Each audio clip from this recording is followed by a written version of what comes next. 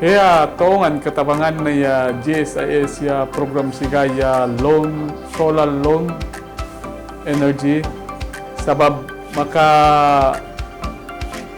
patanggay na kita ya ay maksud ta ya pag-usaha makaya especially mabatinaan timing tuungan ya pahaga na insalan na makales na kita sa mabayad kurente. Para sa isang pamilyang Pilipino na may 4 na miyembro, ang buwan ng bayarin sa kuryente ay maaaring umabot sa 3,000 hanggang 4,500 pesos depende sa konsumo at panahon.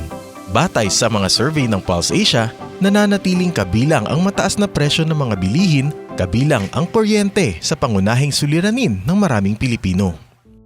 Bilang tugon, isinulong ng administrasyon ni Pangulong Ferdinand Bongbong Marcos Jr. ang pagpapalakas ng renewable energy sa bansa upang mapababa ang gastos sa kuryente at mapatatag ang supply.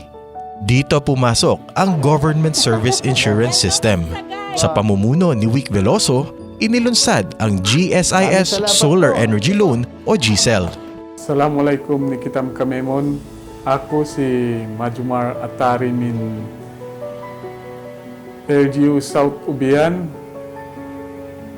Tawi-Tawi. Di kayo ako min Municipal Pidaw. Maksud ko ya mag-avail ako GSIS Solar Loan supaya makales ako masagabayad kurente, maka-open ako sa ayay business, makatarang sa pag-i-school sa mga kaanakan ko. Biruin mo sir, nag-apply ako ng umaga, paggising ko, the next day, may ginhawa na.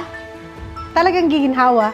It will help with your savings, medyo advantage pa sa environment.